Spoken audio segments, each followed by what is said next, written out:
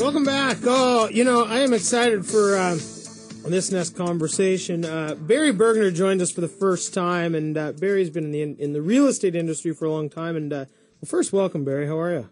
Great. Thanks for having me. Yeah. So, we're just talking about expectations, and then during the break, we were kind of talking about how expectations really need to be managed. Yeah, managing your expectations is the key to having happy clients. Nobody wants to be surprised in a loan process or in a real estate transaction. So it's a constant, education. Hey, this could happen. All the possibilities. You hope that they don't happen, but if you address it before it ever comes up, they won't be surprised. It'll be a lot easier to deal with. And is there that? I mean, I guess in real estate transactions, which are certainly some of the most emotional transactions anybody goes through, especially if they're potentially buying their home, they're going to raise their kids in or whatnot. Sometimes those the expectations are kind of in dreamland, and they have to be, I wouldn't say brought down, but they have to be realistic. Absolutely. If you're in a situation just like you were saying, if somebody wants something that's not realistic, and in the end nobody's going to be happy. Listing a home, if somebody has a totally unreasonable expectation of what their home is worth, in the end of the transaction, they are going to not like you very much. And isn't that part of that really fall on the professional, though, to be really honest and forthright in the beginning rather than just trying to tell them what they want to hear? Absolutely. Not every client, not every match is a good one. And as a professional, you have to sort out what's a good opportunity and what's a bad opportunity. Again, if they're not going to be happy, you're going to have a tough time, and they're not going to be happy with you in the end. It's kind of that mutual interview kind of process at the very beginning I was talking about, where get an understanding of each other's expectations, both as the buyer or seller and as the agent. Absolutely. The goal is to have a happy client, so they'll be willing to refer business to you in the future. Yeah, definitely. So, Barry, again, we're here with Barry Bergner with Coldwell Banker Bain. Barry, so when you start off working with buyers and sellers, short sales are a big part of that market. Is there a different level of expectation people should have going into that type of transaction? There's a different expectation. They have to understand the process. First of all, short sales are pre-foreclosures. The buyer has defaulted, the seller has defaulted on their loan. They're headed down the foreclosure route. At that point, if I interview a seller, we first advise them to speak with an attorney to get all their options and find out what all the consequences are and that they may be facing. Ultimately, if it looks like a short sale is the best path for them, a short sale has a better outcome on your credit than a foreclosure. So typically that's why the seller tries to do a foreclosure. But they need to understand the process. It's very complicated. It's also a moving target as lenders change their policies. Every lender deals with them differently. You can have one loan, two loans. You can have mortgage insurance. There's different kinds of short sales. They're government half a program short sale. There's Freddie Mac short sales, HUD short sales. Just a lot of different variables involved. And so it's really tough for somebody who's never done this, as in a seller, to really even understand what their expectations should be, let alone have the proper ones. There's a lot of education that takes place to let them know what the possibilities are and get their expectations in line. And if you get not every short sale comes out as in a good as positively as you would like for a seller.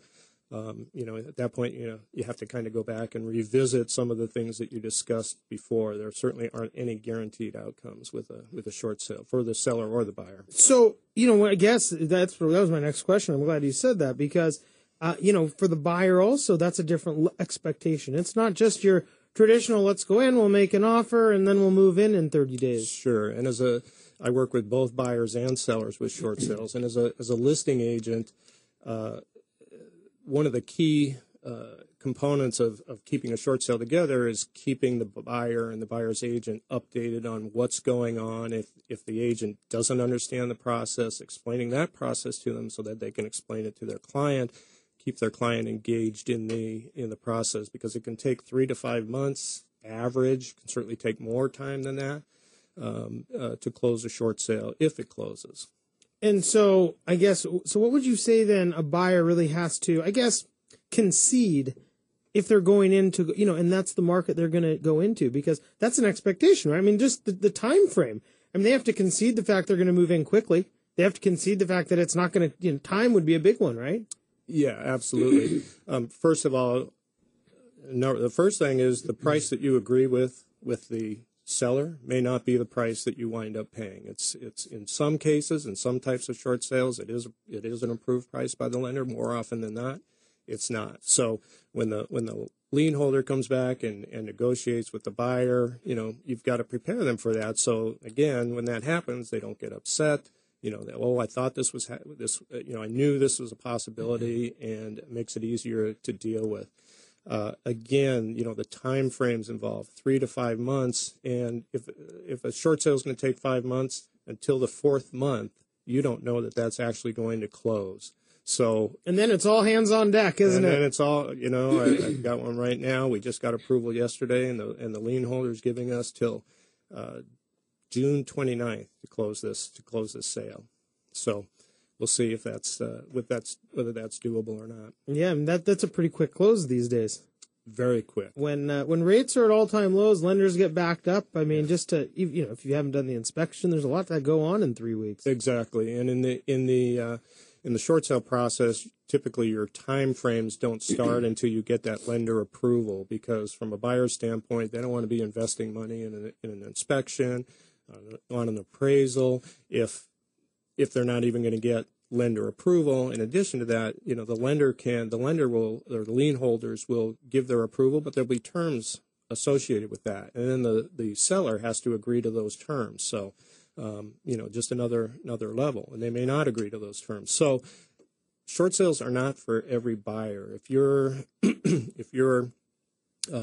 have to have this house, you have to have it in a certain amount of time, it's probably not a good opportunity. On the flip side, if you've got flexibility, if you don't get the home in the end, it's not the worst thing in the world, and you can potentially make a better than market value transaction. It's kind of for the patient buyer that is rationally going about this without the high. You have to kind of subdue the high emotions of the process. Absolutely, and it's great for investors. They're a perfect candidate for it.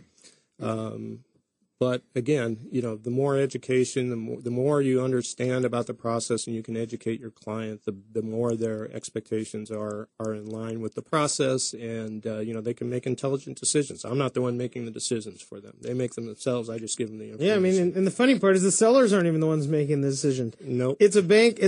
So it's actually somebody at a bank with 5,000 other files on their desk, going, "Well, should we do this one?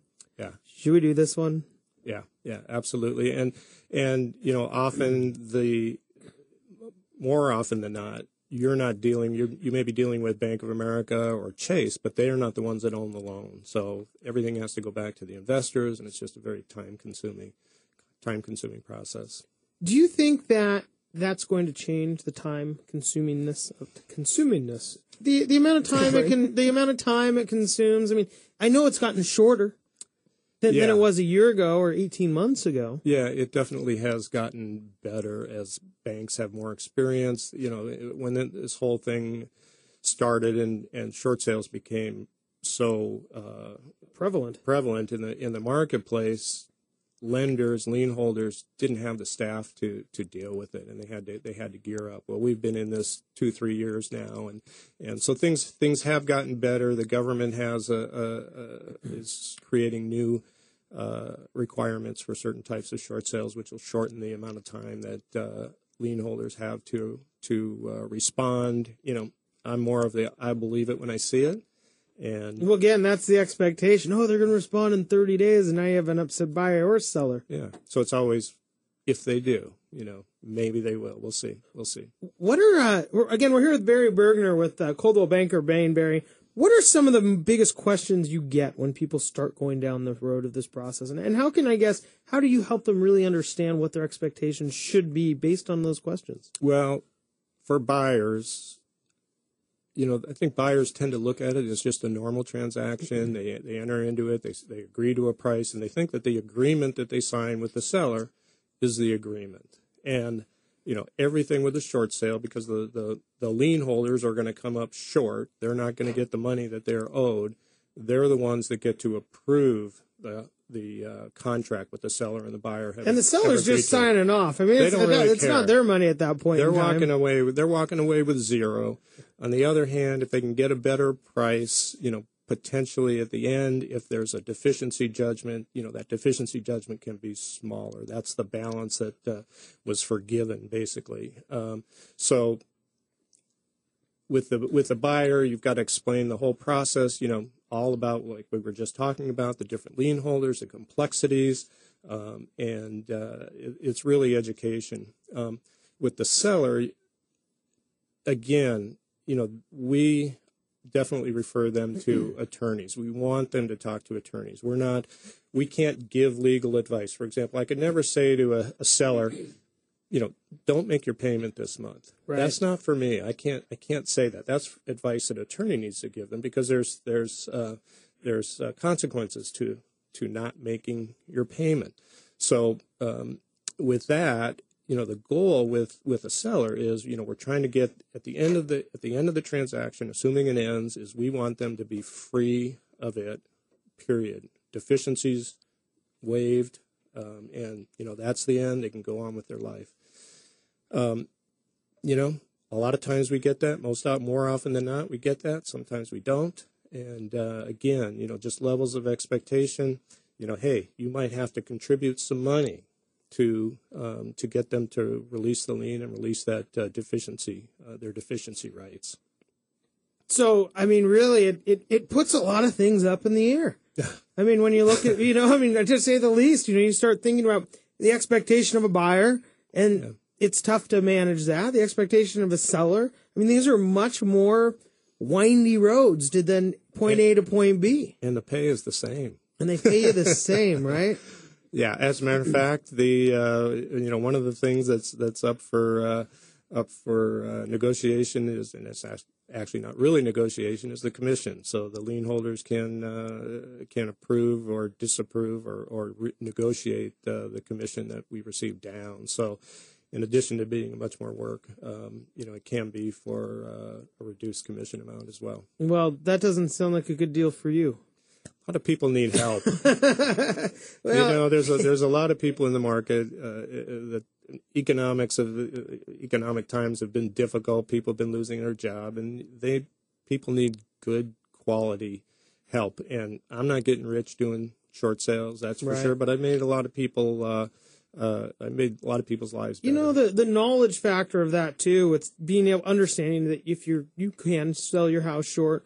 Or on the flip side, people who don't understand that they can refinance right now with like a HARP 2.0 loan, even if their home's underwater, because even if they're not late on their payments. So there's so much knowledge that needs to be brought out, and that's of course that's what we try to do here. But it's really tough to give. People are busy. It's hard to keep on top of everything. It is. It's hard to keep on track of everything in your own industry, let alone everybody else's. And if you're a consumer, or a house buyer or seller working at Microsoft, it's tough to keep up on real estate and mortgage at the same time. That's right. It's not an easy job. It's not. Well, Barry, thanks so much for joining us again. Barry Bergner with Coldwell Banker Bain. Hey, have you ever wondered why we almost get as much sunshine as San Diego? Guess what? We're going to tell you when we come back. Keith Hughes will join us from West Seattle Natural Energy. I'm Ben Brashen. You're listening to Brashenomics.